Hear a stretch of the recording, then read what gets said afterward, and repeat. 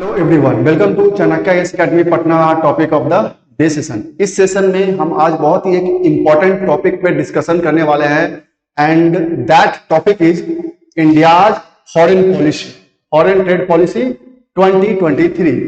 अभी just financial year खत्म हुआ है और इंडिया ने अपने 2023 का जो फॉरेन पॉलिसी या फॉरेन ट्रेड पॉलिसी है उसे रिवील किया है और जो कि 1 अप्रैल से इफेक्ट में आ चुका है।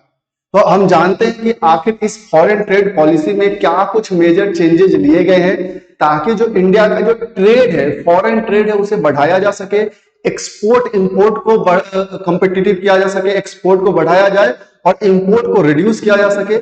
इसके लिए इस फॉरेन ट्रेड पॉलिसी जो 2023 का जो यह पॉलिसी आया है उसमें काफी ज्यादा कुछ चेंजेस देखने को मिले हैं।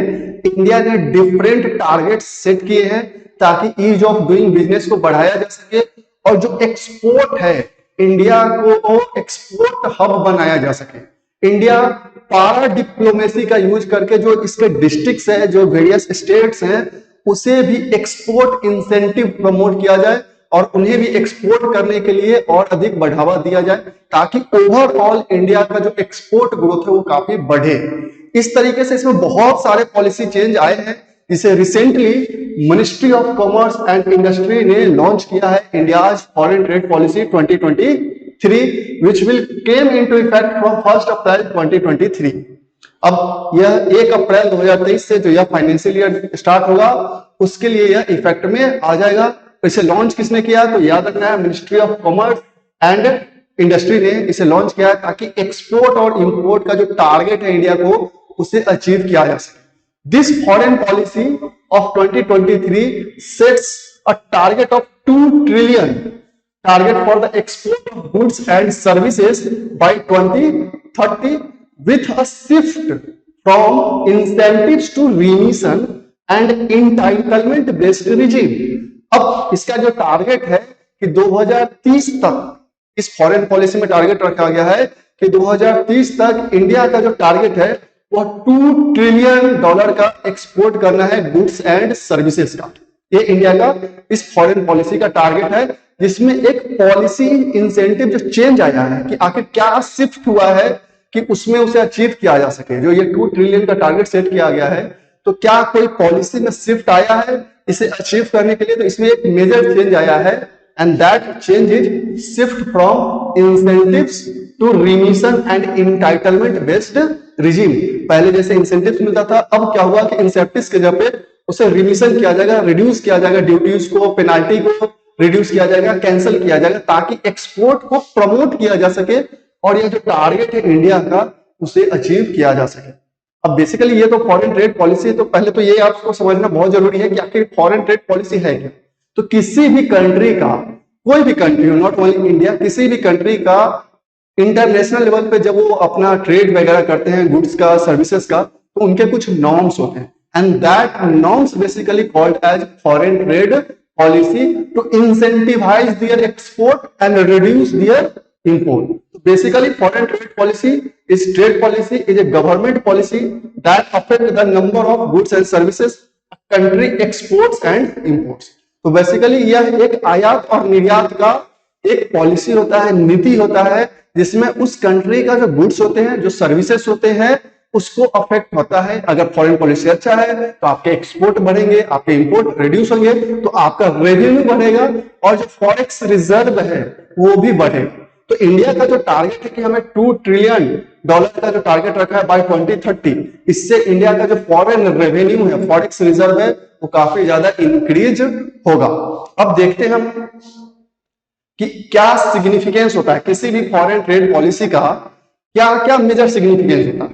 तो जैसे फॉर एग्जांपल, जैसा कि मैंने बताया कि जो मेन एम होता है किसी भी कंट्री का, जो फॉरेन ट्रेड पॉलिसी होता है उसका मेजर एम होता है कि एक्सपोर्ट को प्रमोट करने का और किसी तरीके से इंपोर्ट को कम किया जाए, रिड्यूस किया जाए ताकि ओवरऑल जो है उसका जो ट्रेड हो वह सरप्लस हो, मतलब पॉजिटिव हो।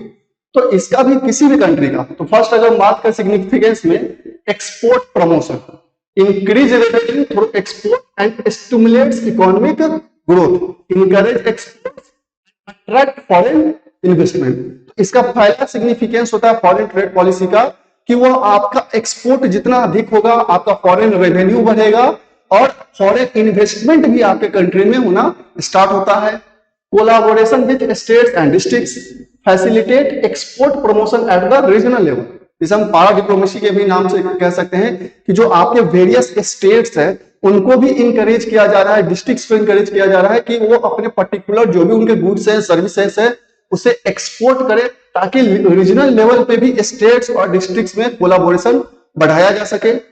Economic growth, reduce transaction cost and simplify export process. It facilitate flow of economy in a country and increases foreign exchange in country. अब सिंपल सा बात है कि जब ओवरऑल एक्सपोर्ट बढ़ेगा तो इकोनॉमिक ग्रोथ भी होगा, इकोनॉमिक ग्रोथ होगा तो आपके जो चार्जेस लग रहे हैं, ट्रांजैक्शन कॉस्ट लग रहे हैं, वो भी रिड्यूस होगा। अगर रिड्यूस होगा ट्रांजैक्शन कॉस्ट तो सिंपल सा लॉजिक है कि आपका जो फॉरेक्स रिजर्व है, जो फॉरेन एक्सचेंज रिजर्व कंट्री में, उसमें बढ़ोतरी होगी, उसमें इंक्रीमेंट देखने को मिलेगा।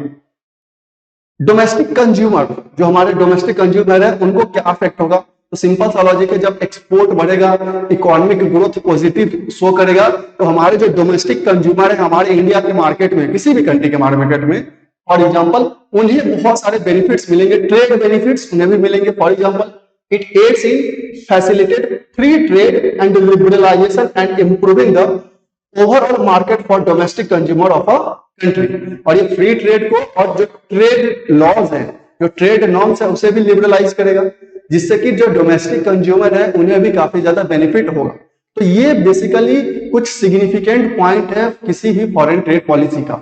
यही सिग्निफिकेंस पॉइंट है इंडिया का जो फॉरेन पॉलिसी 2023 आया है उसका भी यही सिग्निफिकेंस है कि एक्सपोर्ट को प्रमोट करना है, हमारा जो ट्रांजैक्शन कॉस्ट है उसे रिड्यूस करना है, इकोनॉमिक ग्रोथ करना है और जो डोमेस्टिक कंपिटिटिवनेस है उसे भी बरकरार रखना है, ताकि एक्सपोर्ट ज्यादा से ज्यादा किया जा सके और फॉरेन एक्सचेंज रिजर्व को बनाया जा सके और अधिक इसे इंक्रीज किया जा सके।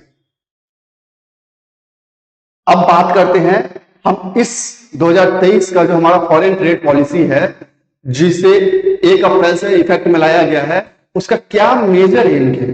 तो जैसा कि एक मेजर एम हमने देख लिया, तो उनका एक टारगेट है कि 2030 तक इंडिया का जो एक्सपोर्ट होना चाहिए गुड्स एंड सर्विसेज का वो 2 ट्रिलियन करना है, जिसमें उन्होंने एक पॉलिसी शिफ्ट किया फ्रॉम इंसेंटिव्स टू रेमिशन, और उसमें उन्होंने शिफ्ट टारगेट सेट किया कि हमने 2 ट्रिलियन सेट करना है ताकि हमारा फॉरेन एक्सचेंज रिजर्व बरकरार है, उसमें इंक्रीमेंट दर्ज किया जाए। तो इसका मेजर एम की अगर हम बात करें तो पहला अगर बात करें पॉइंट का, तो enhance competitiveness of Indian export in the global market. जो ग्लोबल मार्केट है, जो हम ट्रेड कहते हैं कि ट्रेड जो होता है वो ग्लोबल लेवल पे होता है, तो जो ग्लोबल मार्केट है उसमें इंडिया का जो एक्सपोर्ट है उसे बढ़ाया जा सके। India overall export and are about to reach 760 billion this year, और इस साल ऐसा माना जा रहा है कि इंडिया का जो ओवरऑल एक्सपोर्ट है वह $760 बिलियन का हो जाएगा, जिसे और अधिक जो हमें फॉरेन ट्रेड करना है उसे 2 ट्रिलियन करने का टारगेट है by 2030 in this foreign policy. Promote sustainable development of the countries trade sector, कि हमारा जो ट्रेड होना चाहिए वो सस्टेनेबल होना चाहिए, मतलब ओवरऑल डायमेंशन को देखते हुए ही हमारे गुड्स एंड सर्विसेज का ट्रेड करना है, एक्सपोर्ट करना है। Make India a leader in specific sector such as pharmaceuticals, engineering goods and textiles, कि इन ऐसे हर एक सेक्टर में, जो चूंकि हम बात कर रहे हैं सस्टेनेबल डेवलपमेंट की, तो हमें हर एक सेक्टर में एक्सपोर्ट को बढ़ावा देना है, लेकिन कुछ स्पेशल सेक्टर है जिसमें इंडिया को ग्लोबल लीडर के रूप में रखना है। फॉर एग्जांपल जो फार्मास्यूटिकल सेक्टर्स है, या इधर इंजीनियरिंग सेक्टर्स है, या फिर टेक्सटाइल का सेक्टर्स है, इस पे कुछ ज्यादा ध्यान देने की जरूरत है ताकि इनके एक्सपोर्ट को और अधिक बढ़ाया जा सके। कारण क्या है? कारण क्या है कि इनका डिमांड अब ग्लोबल लेवल पे काफी ज्यादा बढ़ गया है, ग्लोबल लेवल पे इन सेक्टर्स में काफी ज्यादा कॉम्पिटिटिवनेस भी बढ़ गया है। To promote a digital economy and leverage technology to enhance the competitiveness of Indian export, कि जो डिजिटल इकोनॉमी है उसे भी प्रमोट किया जा सके। जो इंडिया का सॉफ्टवेयर इंडस्ट्री है वो काफी ज्यादा स्ट्रांग है, उसे प्रमोट किया जा सके ग्लोबल लेवल पे, ताकि जो बड़े बड़े एमएनसीज है वो इंडिया में आके अपना कंपनी खोले, इन्वेस्टमेंट करे, फॉरेन इन्वेस्टमेंट करे, ताकि इंडिया का इकोनॉमिक ग्रोथ हो सके। यह मेजर एम है इंडिया के फॉरेन पॉलिसी 2023 का यह मेजर एम है। अगर हम बात करें जो इंडिया का ट्रेड पॉलिसी है, फॉरेन ट्रेड पॉलिसी है 2023 का, बेसिकली वह 4 पिलर पे बेस्ड है। यह इसके मेन जो 4 प्रिंसिपल है उसी पे यह फॉरेन ट्रेड पॉलिसी बेस्ड है। अगर हम पहला प्रिंसिपल की बात करें तो emerging areas, e commerce, developing district as export hub and streamlining SCOMET policy. अब बेसिकली क्या है कि जो नए नए एरिया इमर्ज हो रहे हैं उन्हें प्रमोट करने की बात किया जा रहा है।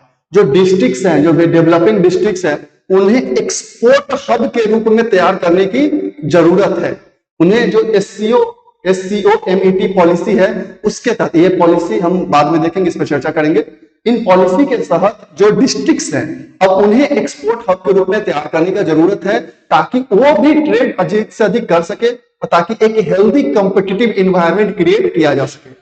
दूसरा, अगर हम पिलर की बात करें, एंड इंसेंटिव टू रिमिशन, जैसा कि हमने बात भी किया था, यह जो फॉरेन पॉलिसी है, फॉरेन ट्रेड पॉलिसी 2023 का, उसमें सबसे अगर मेजर शिफ्ट आया है तो this is the major shift, incentive to remission based foreign trade policy, reduction cancellation of debt, duty and penalty. जो ड्यूटी है उसे रिड्यूस किया जाए या फिर पेनाल्टी है उसे माफ कर दिया जाए, कैंसिल कर दिया जाए, ताकि एक्सपोर्ट जो है, जो एक्सपोर्टर्स हैं, जो ट्रेड का एक्सपोर्ट करे या गुड्स का एक्सपोर्ट करे या सर्विसेज का एक्सपोर्ट करे, उन्हें यह सपोर्ट मिले ताकि वो अधिक से अधिक एक्सपोर्ट कर सके। Export promotion through collaboration, exporters, states, districts, Indian missions, इन सब में एक कोलैबोरेशन होगा ताकि हेल्दी एनवायरनमेंट क्रिएट किया जा सके। और इवन डिस्ट्रिक्ट लेवल से लेके स्टेट लेवल से लेके जो हम नेशनल लेवल तक की बात करते हैं, हर एक स्टेक होल्डर्स में कोलैबोरेशन हो ताकि आसानी से एक्सपोर्ट को बढ़ाया जा सके। Ease of doing business, reduction in transaction cost and e incentives. जो हम लोग ईज ऑफ डूइंग बिजनेस, जो हालांकि India ease of doing business के सेक्टर में देख रहे होंगे, आपने बहुत सारे रिपोर्ट में देखा होगा कि इंडिया कह रहा है कि जो है हर साल उसमें इंप्रूव कर रहा है। ईज ऑफ डूइंग बिजनेस को और अधिक अच्छा करने का जरूरत है, उसको और अधिक इंप्रूव करने की जरूरत है। और ई इनिशिएटिव्स, जो हम लोग कहते हैं ना कि ई इनिशिएटिव्स लेने की जरूरत है, इलेक्ट्रॉनिक इनिशिएटिव्स, ताकि जो डिजिटल हमारा जोन है उसे और अधिक प्रमोट किया जा सके। तो ये बेसिकली 4 पिलर्स है of India's foreign trade policy 2023। अब बात करते हैं the major features of foreign trade policy 2023। अगर मेजर फीचर्स की हम बात करें तो जो पहला इसमें फीचर्स है, process re engineering and automation.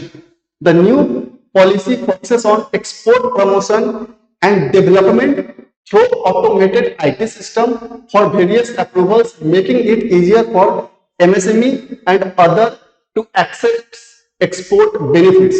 अब क्या करना है कि जो हमारा प्रोसेस है उसे फिर से रीडिजाइन करने की जरूरत है, री इंजीनियरिंग करने की जरूरत है, ताकि जो MSME सेक्टर्स हैं और जो भी अदर सेक्टर्स भी हैं उन्हें आसानी से जो एक्सपोर्ट बेनिफिट्स है उसे मिल सके, ताकि वो बहुत ज्यादा एक्सपोर्ट पे फोकस कर सके। ऐसा ना हो कि जो एक्सपोर्ट बेनिफिट्स है उसे ही वो बेनिफिट्स एक्सेस करने में उन्हें बहुत ज्यादा प्रॉब्लम होने लगे, तो वो उनका जो मेजर फोकस है वो शिफ्ट हो जाएगा। तो ये इजी करना है ताकि MSME सेक्टर्स को, अदर सेक्टर्स को एक्सपोर्ट बेनिफिट्स इजिली मिल सके। टर्म्स ऑफ एक्सपोर्ट एक्सीलेंस, अब ये क्या होता है कि जैसा कि हमने बात किया, ये फॉरेन ट्रेड पॉलिसी में बहुत सारे डिस्ट्रिक्ट्स को ना एक्सपोर्ट हब बनाने की बात की जा रही है। तो ऑलरेडी हमारे यहाँ जो फॉरेन ट्रेड पॉलिसी अर्लियर भी थे उनमें भी ऐसा ही इंसेंटिव था। तो इस बार कुछ ऐसे स्पेशल डिस्ट्रिक्ट है जिसपे यह ध्यान दिया जाएगा ताकि इन्हें एक्सपोर्ट हब के रूप में क्रिएट किया जा सके। फॉर एग्जांपल आप देख सकते हैं 4 new towns, Faridabad, Mirzapur, Moradabad and Varanasi have been designated as towns of export excellence in addition to the existing 39 towns. Already 39 towns थे जो जिन्हें हम टाउन्स ऑफ एक्सपोर्ट एक्सेलेंस कहते थे। इस बार का जो फॉरेन ट्रेड पॉलिसी है इसमें अगेन 4 मेजर डिस्ट्रिक्ट्स को आइडेंटिफाई किए हैं कि उन्हें एक्सपोर्ट हब के रूप में तैयार करना है। हालांकि वाराणसी को जो SCO है, संघाई कोऑपरेशन ऑर्गेनाइजेशन है, उसका कल्चरल सिटी भी घोषित किया गया है फॉर 2023 के लिए। तो इस तरीके से जो हमारे डिस्ट्रिक्ट हैं, जो लोअर लेवल के हम डिस्ट्रिक्ट कहते हैं, जिसपे हम बात कर रहे थे कि स्टेक होल्डर्स में कोलाबोरेशन हो, तो लोअर लेवल से एक्सपोर्ट को प्रमोट करना है ताकि जो लोकल पीपल है उन्हें भी वहां पे एम्प्लॉयमेंट मिल सके। The towns of excellence will have priority access to export promotion funds under the MEI scheme। और इसी कारण से जो भी हमारे टाउन्स ऑफ एक्सेलेंस है, जो डिस्ट्रिक्ट हैं, उन्हें बहुत सारे बेनिफिट्स, एक्सपोर्ट बेनिफिट्स दिए जा रहे हैं ताकि उन्हें एक्सपोर्ट हब के रूप में क्रिएट किया जा सके। रिकॉग्निशन ऑफ एक्सपोर्टर्स, इसमें अब क्या किया जा रहा है, इस फॉरेन ट्रेड पॉलिसी में क्या नियम आया है कि जो एक्सपोर्टर्स हैं उन्हें रेटिंग दिया जाएगा। उनका जो एक्सपोर्ट है कि वो कितना एक्सपोर्ट कर रहे हैं, कितना सस्टेनेबल एक्सपोर्ट कर रहे हैं, इफिशिएंटली कर रहे हैं, उनके हिसाब से एक्सपोर्टर्स को रैंकिंग दिया जाएगा। For example, exporters firms recognised with status 2 star, 4 star, 5 star ratings based on export performance will now help in skilling and training similar to the each one teach one initiatives। कि जो भी exporters होंगे, जो सबसे ज्यादा export करेंगे हम उन्हें स्टार रैंकिंग देंगे, 2 स्टार, 4 स्टार, 5 स्टार। तो जो सबसे ज्यादा रैंकिंग करेंगे उनको 5 स्टार, जो उनसे कम करेंगे उनको थोड़ा कम स्टार मिलेगा। तो अब इससे क्या होगा कि एक हेल्दी कंपटीशन मार्केट में क्रिएट होगा। एक्सपोर्टर्स को खुद लगेगा कि उन्हें 5 स्टार मिला हुआ है, हमें 2 स्टार मिला हुआ है, तो वो भी और अधिक अपने प्रोडक्ट्स को इंसेंटिवाइज करेंगे, प्रोडक्ट्स की क्वालिटी को बढ़ाएंगे ताकि एक्सपोर्ट बढ़े, ताकि उनकी रेटिंग भी बढ़े। और जितना अधिक रेटिंग उनका अच्छा होगा, उन्हें एक्सपोर्ट बेनिफिट्स उन्हें और अधिक मिलेगा। प्रमोटिंग एक्सपोर्ट फ्रॉम डिस्ट्रिक्ट, जैसा कि हमने जस्ट अभी बात भी किया कि जो डिस्ट्रिक्ट्स हैं उन्हें एक्सपोर्ट हब के रूप में क्रिएट करना भी इसका एक मेजर एम है इस फॉरेन ट्रेड पॉलिसी का। The foreign trade policy aims at building partnership with state government and taking forward the district as export hub initiative to promote export at district level and accelerate the development of grassroots trade ecosystem। जो grassroot level पे, जो हम local level पे कहते हैं कि local level से trade को प्रमोट किया जाए, जो गुड्स एंड सर्विसेज है वहां से उनको प्रमोट किया जाए। अब ताकि जो एक्सपोर्ट है जो लोकल लेवल पे, जो डिस्ट्रिक्ट लेवल पे है, वो कोलाबोरेशन करे स्टेट के साथ, वेरियस स्टेक होल्डर्स के साथ, ताकि लोकल लेवल पे लोगों को एम्प्लॉयमेंट भी मिल सके और उस डिस्ट्रिक्ट्स को, पर्टिकुलर डिस्ट्रिक्ट्स को एक एक्सपोर्ट हब के रूप में क्रिएट किया जा सके। स्ट्रीमलाइनिंग एससीओ एमईटी पॉलिसी, अब ये पॉलिसी क्या है? India is placing more emphasis on export control regime to comply with international treaties and agreements entered into by India। SCO MET special chemical, organism, materials, equipment and technology items are dual use items having the potential for both civilian application as well as weapon of mass destruction। जो यही जो policy है जिसमें हम कह रहे हैं special chemicals, organism, materials, equipment and technology, ये जो ड्यूअल यूज टेक्नोलॉजी है, क्योंकि आप अगर देख सकते हैं तो केमिकल है, उसे मेडिकल सेक्टर में भी यूज किया जा सकता है, उसे वेपन ऑफ मास डिस्ट्रक्शन में भी यूज किया जा सकता है। तो ये ऐसे आपके कुछ आइटम्स है जो ड्यूअल यूज पर्पस के लिए भी यूज किए जा सकते हैं। तो इंडिया जो है अपने पॉलिसी को, फॉरेन पॉलिसी को, उसे स्ट्रीमलाइन कर रहा है ताकि जो इंटरनेशनल ट्रेड नॉर्म्स है उसके साथ वो कंप्लाई भी कर सके, उसका एक्सपोर्ट भी बरकरार रहे और इस पे कोई हैम्पर भी ना हो, कोई सैंक्शन वगैरह भी इंपोज ना किया जाए। Facilitating e commerce exports, FTP 23 outlines intent and roadmap for establishing e-commerce hubs and related elements such as payment reconciliation, bookkeeping, return policy and export entitlements। अब यही मेजर एम इसमें भी है कि जो हमारा ई-कॉमर्स सेक्टर है उसे फैसिलिटेट किया जाए, जो उसमें लूप होल्स हैं उसे खत्म किया जाए ताकि ई कॉमर्स सेक्टर को बढ़ावा मिले और इंडिया का रेवेन्यू जनरेट हो। ये एक अनदर मेजर एम है इंडिया का फॉरेन ट्रेड पॉलिसी 2023 का। नेक्स्ट है facilitation under the export promotion of capital goods scheme, जिसे हम EPCG स्कीम भी कहते हैं। उसके थ्रू भी हमें एक्सपोर्ट प्रमोट करने की बात कही गई है इस 2023 के ट्रेड पॉलिसी में। The EPCG scheme which allow the import of capital goods at zero custom duty for export production is further rationalised. अब EPCG स्कीम में क्या होता था कि जो इंपोर्ट होता था कैपिटल गुड्स पे, उस पे जो ड्यूटी, कस्टम ड्यूटी लगना था, उसे zero, at zero custom duty पे हम कैपिटल गुड्स को इंपोर्ट करते थे to for the export production. बहुत सारे ऐसे सामान है कि हमारे यहाँ अगर रॉ मटेरियल्स नहीं मिल रहे हैं तो हम लोग बाहर से उसे इंपोर्ट करते थे और उससे हम यहाँ पे रेडी करके फिर उस प्रोडक्ट को हम एक्सपोर्ट करते थे। तो जो हम इंपोर्ट कर रहे हैं उस पर कस्टम ड्यूटी क्या करते थे, हम 0 इंपोज करते थे। इज बीन फर्दर रेशनलाइज, उसे ही उस पॉलिसी को फिर से रेशनलाइज करने की बात की जा रही है। ईपीसीजी जो स्कीम है उसके तहत प्रोडक्ट का जो एक्सपोर्ट है वह ज्यादा लैक न करे, उसे भी प्रमोट किया जा सके। Additional scheme such as PM Mitra scheme have been added to claim benefits under the common service provider scheme. अब इसमें भी जो पीएम मित्र स्कीम है उसे भी एड ऑन किया गया है एडिशनल स्कीम के तहत, ताकि जो बेनिफिट्स है, जो हम कहते हैं जो ट्रेड बेनिफिट्स है under the common service provider scheme, उसे क्लेम किया जा सके ताकि ट्रेडर्स को लॉस भी ना हो, वो अपना बेनिफिट्स को इस स्कीम के तहत क्लेम कर सके। Battery electric vehicles, vertical farming equipment, waste water treatment and recycling, rain water harvesting system and green hydrogen are added to green technology products will now be eligible for reduced export obligation requirement under EPCG scheme। अब इस बार क्या किया गया है कि green technology के तहत other products को इस ग्रीन टेक्नोलॉजी में एड ऑन किया गया है ताकि जो हमारा रिड्यूस किया जा सके, जो ईपीसीजी जो एक्सपोर्ट ऑब्लिगेशन रिक्वायरमेंट है उसे रिड्यूस किया जा सके।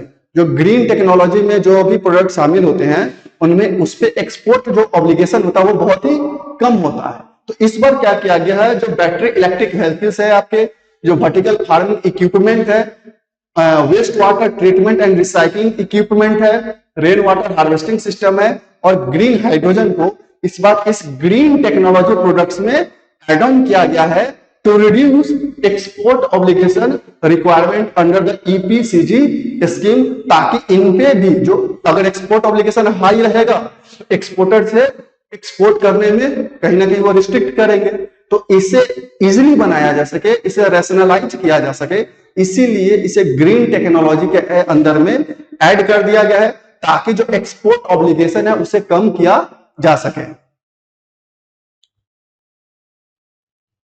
कुछ और भी है, for example facilitation under the advance authorisation scheme, AAS advance authorisation scheme provides duty free import of raw material for manufacturing export items.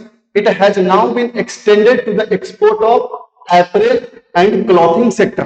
कि अब एडवांस ऑथराइजेशन स्कीम के तहत क्या होता था कि जैसा कि मैंने अभी जस्ट भी बताया था कि बहुत सारे ऐसे चीजें जिसे हम पहले इंपोर्ट करते हैं उसे यहाँ पे रेडी करते हैं उस प्रोडक्ट को, फिर हम उसे एक्सपोर्ट करते हैं।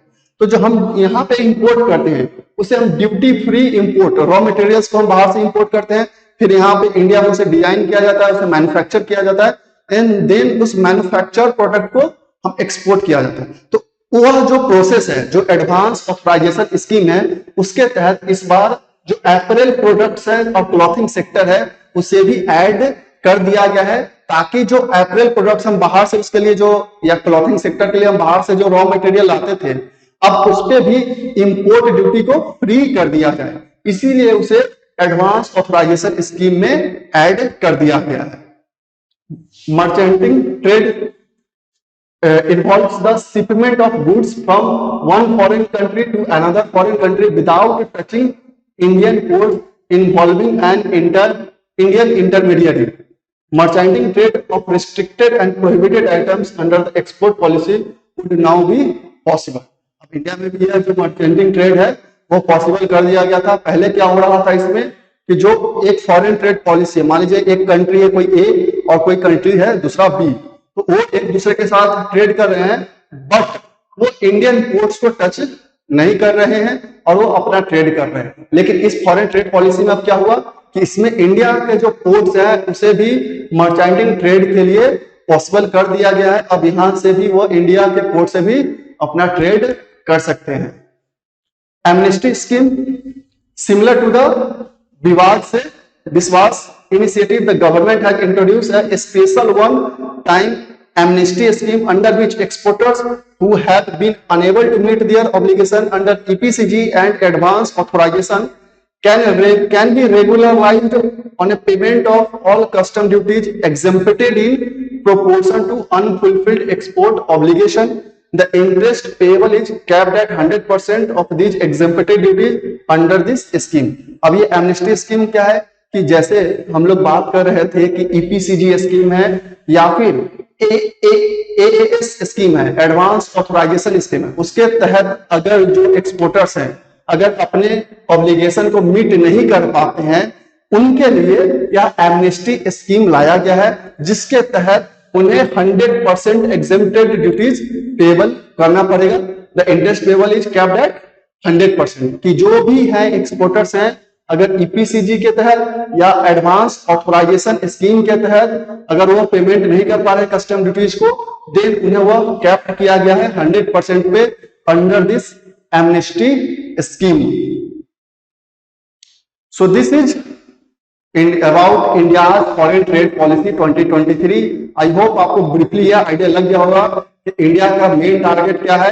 तो आप सिंपली याद रखिए जो इंडिया का मेन टारगेट इस पॉलिसी का जो कुछ मेजर एम यही है कि 2030 तक इंडिया का जो एक्सपोर्ट होना चाहिए गुड्स एंड सर्विसेज का उसे 2 ट्रिलियन रखने का टारगेट रखा गया है. इसमें बहुत सारे मेजर एम लिए गए हैं जिसमें जो डिस्ट्रिक्ट्स हैं उन्हें एक्सपोर्ट हब के रूप में क्रिएट करना है और इसीलिए इसमें शिफ्ट हुआ है जो पॉलिसी है foreign policy incentive based policy से लेकर कहां शिफ्ट हुआ है रिमिशन बेस्ड फॉरेन पॉलिसी हुआ है चेंज. तो ये कुछ मेजर आपको बातें हैं जो याद रखनी चाहिए. जो इंडिया का टारगेट है कि एक्सपोर्ट इंपोर्ट को हम इंपोर्ट को रिड्यूस करें, एक्सपोर्ट को कॉम्पिटिटिव बनाएं और जो मेजर एम्स हैं यही कि हमें एक्सपोर्ट को हेल्दी बनाना है और लोकल लेवल के जो हमारे एक्सपोर्टर्स हैं उनके बीच में एक हेल्दी कोलैबोरेशन होना चाहिए ताकि इंडिया का सस्टेनेबल डेवलपमेंट हो in overall dimension of foreign trade policy. So that's all for today. Thank you.